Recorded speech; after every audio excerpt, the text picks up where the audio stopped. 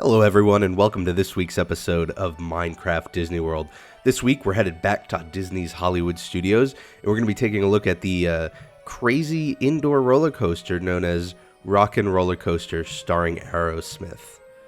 Now it's technically known as that, although a lot of people just call it Rockin' Roller Coaster. It's a completely, like Space Mountain, indoors roller coaster, but unlike Space Mountain, it is the first roller coaster in Disney World to feature inversions, which is when you go upside down. So we're just walking through the queue here.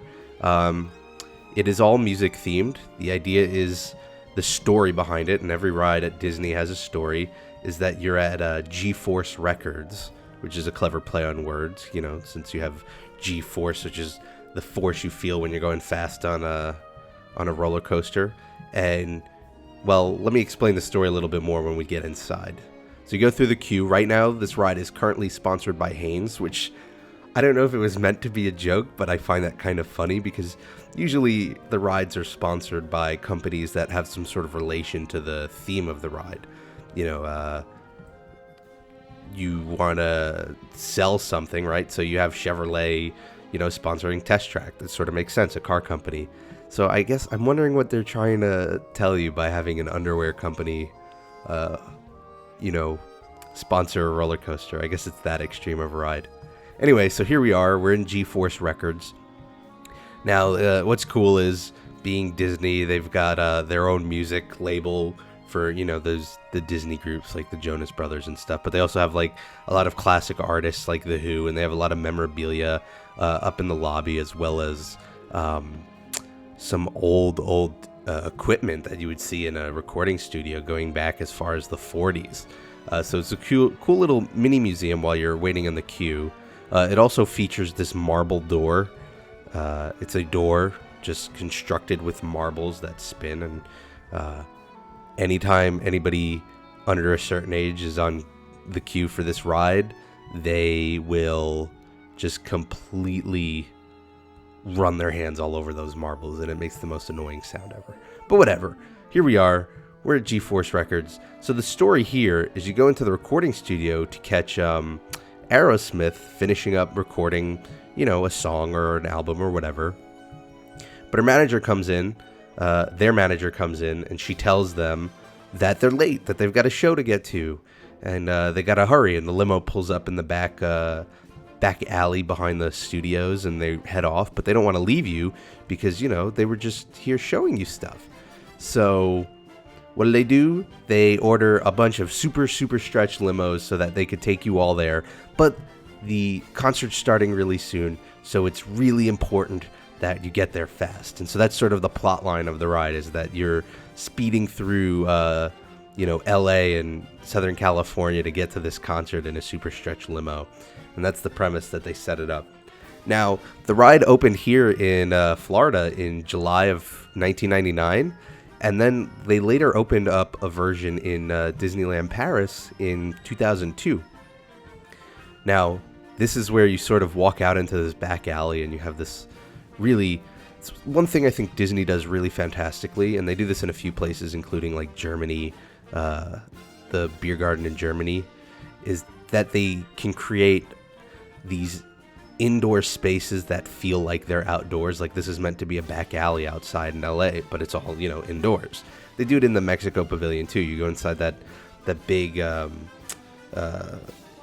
pyramid structure, and all of a sudden you're outside in like a Mexican village at night. And I think it's great at, you know, it just shows that they're really good at creating atmosphere. So anyway, what happens is you can actually see, this is where you can visibly see the roller coaster cars launching off, and they actually launch from 0 to 60 in 2.8 seconds. That makes this the second fastest ride at Walt Disney World, which is, it's only behind Test Track, but it makes it the fastest ride at Disneyland Paris, and beyond that, it makes it the fastest roller coaster in France, of all of France. So it's a really fast ride. In fact, the G-force you feel on that when you go into the first loop is 4.5 Gs, which is actually more than an astronaut would actually feel during a shuttle launch. So what's really cool about this ride that I also think is fun is that each seat in these cars have speakers. They each have 5 speakers, and it blasts this custom mix of Aerosmith music while you're riding. And some of them have different lyrics, like they'll change Love in an Elevator to Love in a Roller Coaster.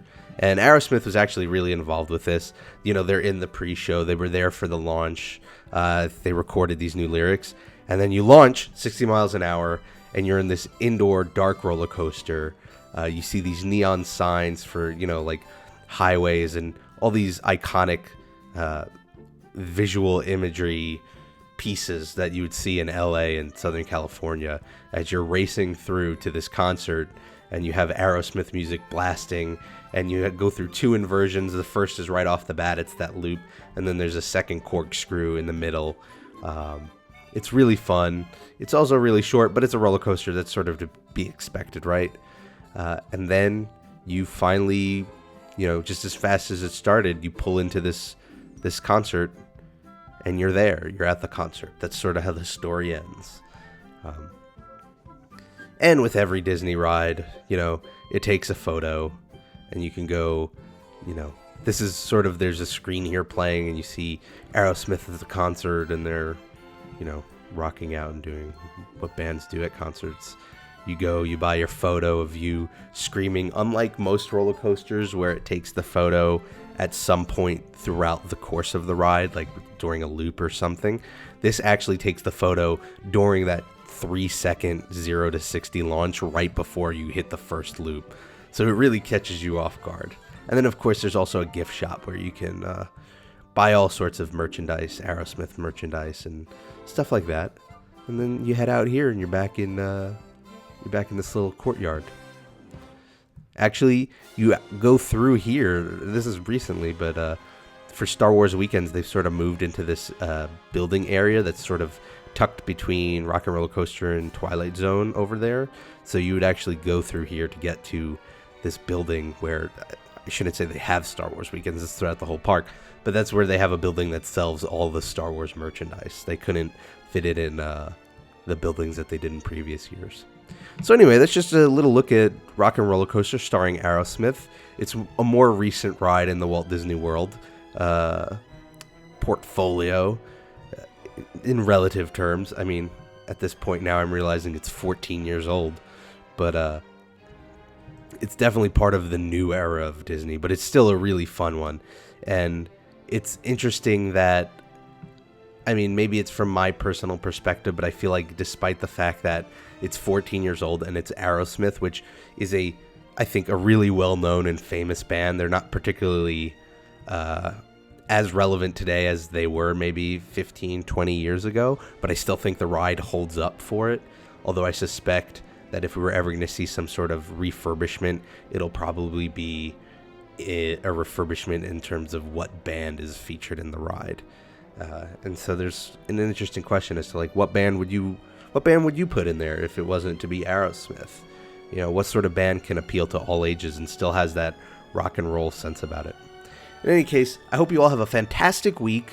Each week I'm going to pick a new attraction. Next week we'll pick something else, and we'll talk a little bit about the history of it. And I hope to see you on next Tuesday for that. Bye, everyone.